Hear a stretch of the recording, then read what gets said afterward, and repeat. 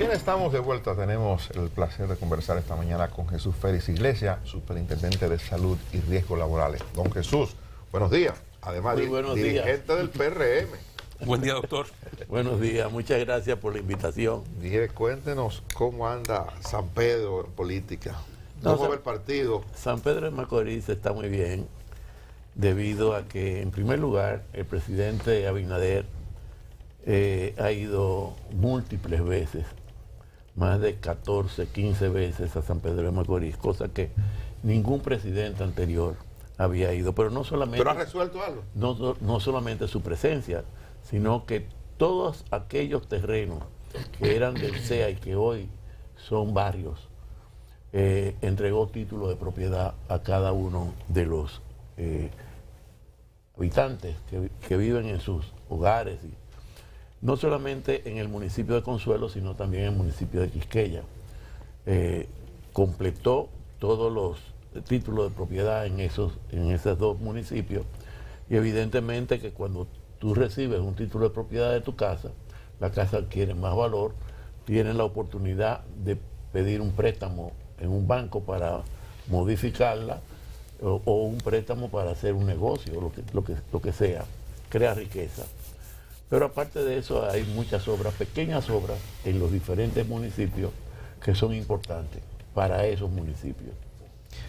Lo que yo creo que en San Pedro de Macorís, que tiene 6 municipios con distritos municipales, ganamos el PRM. ¿La planilla de candidatura está completa? ¿Ya están armadas las candidaturas? Sí, están armadas las candidaturas. Todas las candidaturas están armadas. Y nada más, hay que ver. Doctor, a partir de su experiencia vastísima, médico especialista en varias áreas, su análisis del dengue, lo que está viviendo República Dominicana ahora con epidemia del dengue, que tiene alarmado a un buen número de familias, sobre todo con niños febriles, que han abarrotado hospitales, alguna gente critica al gobierno, otros los culpan. ¿Qué usted entiende que está pasando y cómo usted evalúa la actuación del gobierno en esta materia? Mira, la Organización Mundial de la Salud, a principio de año, en enero, envió un mensaje a todos los países de América para decirle que este año iba a haber un incremento del dengue. Y ha sido así. El dengue ha sobrepasado las cifras de todos los años en muchos países. Por ejemplo, en el continente sudamericano, Brasil, Perú y Bolivia, que normalmente tenían alrededor de 200 millones de casos de dengue. 200 millones. 200 millones. ¿Al año? Al año. Sobrepasaron los 200 millones este año. Costa Rica, que tiene la misma proporción de terreno, 2.000 metros cuadrados más que la República Dominicana, pero tiene la mitad de habitantes, que tiene una inversión en salud importante, tiene un 18% de aumento en dengue este año. Guatemala tiene un 80% de incremento del dengue. Es decir, evidentemente que el dengue en todos los países de temperatura cálida ha ido en aumento. Y yo te puedo decir que ese aumento se puede deber a varias razones. Una es al calentamiento global, que ha hecho que los mosquitos que antes no llegaban a determinada altura, ahora están en esas alturas, y pueblos que antes no tenían dengue, hoy tienen dengue porque los mosquitos se han elevado en cuanto a la altura se refiere. Pero por otro lado también el crecimiento poblacional. No podemos olvidar que el dengue es una enfermedad de la pobreza. Cuando hablamos de la pobreza, estamos hablando de las casas que no tienen agua por tubería, de barrios sin planificación alguna, donde las calles son callejones, que un carro de la basura, un camión de la basura, no puede penetrar. Y evidentemente que cuando tú dejas a la intemperie hasta una cáscara de huevo y llueve, en esa cáscara de huevo hay un criadero de mosquitos. Entonces, ustedes, los comunicadores y los periodistas, se fijan solamente en el número de casos afectados, el número de muertes y de hospitales. Pero donde hay que fijar la atención es en los barrios, porque si no es con el concurso de la población, es difícil combatir el dengue. En esa parte, doctor, se puede decir que el gobierno, no solamente Salud Pública, sino el gobierno en sentido general, hizo su tarea o debieron hacer algo más. No, cuando se recibió esta noticia, en febrero de este año, el Gabinete de Salud reunido, que está encabezado por el ministro de Salud, el doctor Daniel Rivera, y un grupo de médicos, prestigiosos médicos, con conocimiento de causa, evidentemente se tomó la resolución de llamar a la Liga Municipal Dominicana y al Ministerio de Obras Públicas para intervenir los barrios.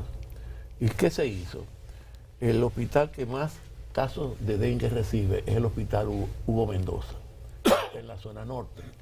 Entonces, cuando se le pedía la dirección del niño afectado por dengue, se intervenía ese barrio donde estaba la casa con fumigaciones dentro del hogar, pero también con larvicidas en los tanques que acumulan agua para evitar el crecimiento de los mosquitos.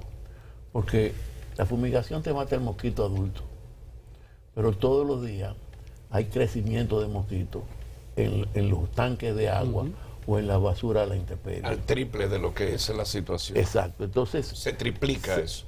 Se comenzó a intervenir esos barrios con larvicidas, pero imagínate, son miles de casas. A la semana pasada se habían intervenido alrededor de 2.500.000 personas de barrio. Pero el dengue no solamente está en la ciudad capital, el dengue está en todo el país. Doctor, dice, bueno, un cafecito domingo. Doctor. La oposición acusa al gobierno de maquillar cifras. Habla de que la cantidad de muertes, porque personalmente he planteado que el dengue es una enfermedad endémica, que el problema son las muertes. Es el dato realmente que tenemos que vigilar. El gobierno plantea que la cantidad de muertes es bastante reducida como porcentaje de mortalidad sobre la cantidad de afectados y sobre la población. Bueno, la oposición dice que esas cifras son inciertas, que se están escondiendo datos. No, lo que pasa es que el manejo del dengue se ha mejorado notablemente. Ya cualquier interno de medicina te puede manejar un dengue. Antes era difícil el manejo del dengue. Pero yo aquí tengo todos los casos de dengue por año. Y lo peor es tratar de politizar una enfermedad que todos los gobiernos de partidos mayoritarios han tenido epidemia y la han manejado de acuerdo a los recursos existentes en ese momento. El Partido Reformista, el PLD, el PRD, todos han manejado dengue. Y yo aquí lo tengo por año. Por ejemplo, en el año 2019 hubo 20.281 casos con 146 defunciones. Es decir, tú lo buscas, en el 2013 hubo 16.917 casos con 120 defunciones. Cada año se han hecho tantos talleres enseñando cómo es que se debe manejar el dengue, que ahora se maneja el dengue mejor. Los médicos lo manejan mejor y la mortalidad en dengue debería ser el 1% en una epidemia. Los primeros 5 días del dengue, que tiene fiebre, no hay problema. El problema viene cuando cae la fiebre, que tú crees que ha mejorado. La mayoría, cuando cae la fiebre, se mejoran. Pero hay una parte que cuando cae la fiebre, a las 24, 48 horas, comienza a estar mal. Comienza a tener fiebre nuevamente, dolor de cabeza, y ahí es donde hay que intervenirlo. Porque ahí es que hay una extravasación de líquido y el paciente, tú crees que está bien, pero está mal. Y hay que manejar los líquidos, y si se maneja adecuadamente los líquidos, no hay problema. El paciente va a salir. O el tema de la pero mortalidad. no se puede politizar. Estamos ¿Usted en un siente, año, usted ya- siente, ya siente estamos en eso? un año. ¿Usted siente que se está politizando el tema? Correcto, porque siempre ha habido dengue y siempre ha habido epidemia de dengue y se ha manejado como se tiene O sea que manejar. lo que está ocurriendo ahora no es impericia de las autoridades en materia de salud. En absoluto. Pero ese dato que usted ha dado, doctor, que por lo menos no lo había manejado así, es sorprendente lo que usted acaba de decir de otros países, cómo lo ha duplicado y cómo el dengue, por esa razón del clima, está así. Eso puede manifestarse a otras enfermedades que no sea solo dengue, es decir, por ese tema climático podemos esperar, usted que es especialista en la materia, Claro. ¿cuál es otro para estar preparado? Porque ahora es dengue, pero mañana puede ser otro. Así, Y ahí mismo, doctor, ¿Cuál perdón, pudiera ser, perdón, don Freddy? Bueno, en estos momentos yo les recomiendo a todas las personas que se vacunen contra la influenza. Mucha gente dice, es que yo me vacuné y me dio gripe o me dio catarro, como le dicen. Lo que pasa es que hay como 100 virus diferentes que producen la misma sintomatología. Pero el virus de la influenza es el más virulento de todos. Es el que produce más complicaciones y más muertes. Bueno, no es usual, doctor, pero segunda vez que lo voy a hacer. Yo sufría de una gripe casi cada 15 días. Me llevé de una recomendación aquí en este programa, me la puse el año pasado y pasé un año sin influenza. Bueno, ya vino Primera vez en a mi nosotros vida. vinieron a poderlo ya. sí, ¿Eh? nosotros la pusimos. Ya vinimos. En Yo ausencia estaba de suya, viaje. ya no lo pusimos. Pero el Estamos ministro, vacunados. el ministro me la voy a poner. No me dio el asunto en un año por primera vez. Y yo no sé por qué la gente le tiene miedo a la vacuna. Doctor, ¿Qué vaina es? Pónganse entonces, la vacuna. Debemos esperar que como la temperatura han mejorado y han ido descendiendo, que el dengue va a ir también en esa misma proporción disminuyendo. En esa misma proporción va a ir disminuyendo. Yo creo que de continuar las temperaturas como están bajando, el dengue va a desaparecer, o sea, la epidemia va a desaparecer en 1 o 2 semanas. Ah, qué bueno. Doctor, ¿la CISARRIL cómo anda con los reclamos de los médicos? ¿Está todo tranquilo? ¿No hay ningún reclamo ya? Bueno, hasta ahora está tranquilo. Hasta ahora está tranquilo. Usted no sabe en la mañana si aparece algo. Pero debo decirte que los médicos reclaman, pero se le hizo 2 aumentos en este año. Se reclama, pero tiene que haber un límite de acuerdo a lo que ingresa en la seguridad social. Para no quebrar el sistema, ¿verdad? Claro, exacto. Y la función de nosotros en la superintendencia es mantener el sistema funcionando. Ahora, doctora, a 20 años ya prácticamente se puede decir de la implementación 17, 16 años del Componente contributivo. ponente contributivo, gracias, de la seguridad social, del seguro médico en la parte de la seguridad social. ¿No ha llegado el momento ya de revisar a profundidad tanto el catálogo de servicios como el tarifario médico? En sentido general, revisarlo todo, ya con las experiencias, ya hay suficiente data para alimentar un sistema y sacar un producto mucho más apegado a la realidad de los servicios que se demandan y los costos reales al día de hoy. Desde luego que sí, y que nosotros lo estamos tratando de hacer paulatinamente, ¿verdad? Pero también la ley de seguridad social debe también modificarse. Claro, hay que modificarlo porque la vida cambia y las demandas son diferentes también. Hemos incluido, por ejemplo, en cirugía, no se contemplaba cuando inició la seguridad social la cirugía por la Laparoscópica. Ahora ya se incluye. Y son esas discusiones que se arman y los estudios actuariales para determinar qué se puede introducir y qué no. Porque es bueno saber que solamente el 43% de la población está en el sistema, en el componente contributivo. Y el salario promedio son 30,000 pesos. Entonces, lo que recibe la seguridad social no es tanto para tú poder ofrecer un abanico tan grande. De ahí viene la pregunta de la mejora, la eficientización de ese catálogo tarifario de servicios. Porque es verdad que somos, porque yo cotizo ahí también como todos nosotros, no somos la mayoría, pero es básicamente la clase media que está ahí. Claro. ¿Qué sucede? Usted sabe que hay una campaña contra la seguridad social, contra el modelo, no solamente AFP, también ARS. Entonces, buena parte de esa campaña tiene que ver con que la gente va a buscar servicios médicos y tiene que hacer un copago constantemente, cada vez más alto, cada vez más importante. Ilegal. Bueno, pero es la realidad del sistema. Porque el médico es verdad que va a decirte, bueno, es que me van a pagar 300 pesos por esta consulta. No va a trabajar por 300 pesos el médico por la consulta. Le va a quitar 500 o 600 más por el otro lado al paciente. Y eso es regular, eso pasa. Entonces, hay que buscar la forma de adecuar ese modelo porque la gente va a continuar cayendo en la trampa de querer, en lugar de empujar una mejora, destruir y desmontar el sistema. Lo que pasa es que se ha distorsionado la seguridad social en nuestro país. Y yo digo que la seguridad social es como una ayuda para seguir la práctica privada de los médicos. Si mis consultas son 3,000 pesos y me dan 500 pesos, pues yo le cobro un copago de 2,500. Así no es. Si usted firma un contrato donde se compromete a ver un paciente por 500 pesos, son 500 pesos. Y se debe de establecer un copago muy moderado sobre esos 500 pesos. Pero tampoco las ARS le reclaman al médico, porque ellos quieren tener el médico por su renombre, y entonces no se quieren pelear con los médicos en ese sentido.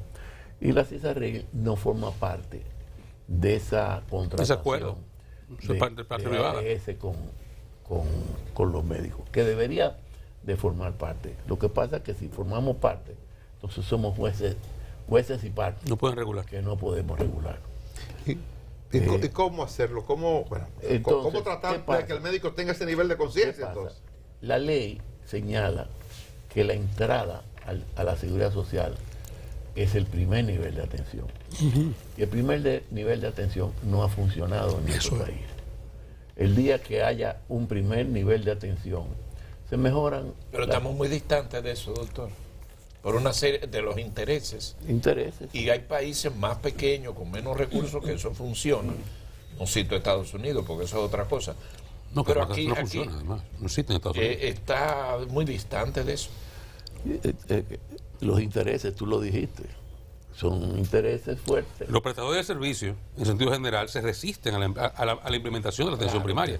Y es un tema cultural, porque es que también los dominicanos, tú tienes tu especialista para tu médico, tú tienes una fiebre, tú coges para tu pediatra, para tu hijo. El sistema te manda ahí donde un médico de familia, en un lugar específico, para ese lugar donde tú vives. Donde vives. Donde tú vives. Porque es sectorizado. Y un dolor de cabeza cultural. A un neurólogo. Exacto. Entonces, el tema de la cultura, y hay quienes hablan hasta de la parte constitucional, del derecho a elegir y tú decides a dónde tú quieres ir. Exactamente. Entonces, ese tema sí es difícil. Hasta con una fiebre, eso doctor, hay que mejorarlo. Hasta con una fiebre va un neurólogo. Es el único camino para lograr la estabilidad del sistema y la autosostenibilidad. Correcto. Solamente por ahí. Correcto. Y si el neurólogo te puede mandar a hacer una tomografía por un dolor de cabeza. Ahí es que viene el dinero. Entonces, eso no lo aguanta la seguridad social. Ahí es que viene el dinero. Correcto. Y no lo puede, doctor, el gobierno asumir a través de la política del gobierno. ¿No pudiera el gobierno impulsar eso con mayor determinación para que lleguemos ahí? Atención primaria. No, esto tiene que ser acuerdo entre los prestadores de servicios, las clínicas, hospitales. Es un tripartito. No es tan fácil. No es tan fácil. No, y los mismos centros, las mismas asociaciones de especialistas se resisten mucho. Las sociedades médicas. Las sociedades médicas especializadas se resisten mucho a esto, porque es que entienden que pierden también capacidad de recibir pacientes. Pero, por ejemplo, este año nosotros hemos logrado muchos avances. Por ejemplo, para el cáncer de mama, hemos logrado que se subiera a 2 millones de pesos el manejo de cáncer de mama, pero también aceptar la mastectomía profiláctica en el cáncer de mama, la tomografía axial computarizada. A partir de este año. Sí, a partir de la gestión nuestra. Pero también hemos logrado aumentar a 3,5 millones de pesos para los trasplantes renal. Doctor. No solamente para el donador, sino para el que lo recibe. Doctor, mire, parece a simple vista que el pueblo dominicano es un pueblo enfermo. Usted va a cualquier clínica y está llena, y usted va a los hospitales y está lleno. ¿Qué nivel de la sociedad dominicana es el más sano? Bueno, el más sano es el que vive en mejores condiciones en su hogar. Si tú tienes un hogar que tiene agua por tubería, que hay limpieza constantemente, pues evidentemente que hay menos riesgo de muchas enfermedades, sobre todo enfermedades infecciosas. Ya con relación a las enfermedades de tipo cáncer, le puede salir a cualquiera, a un pobre o a un rico. Pero el acomodamiento, evidentemente que hay mayor higiene y por lo tanto va a haber menos enfermedades hídricas, por ejemplo, enfermedades como diarrea, todo ese tipo de cosas en un hogar donde hay condiciones de sanidad, pues evidentemente que va a haber menor enfermedades que en un hogar donde los pisos sean de tierra, no hay agua por tubería.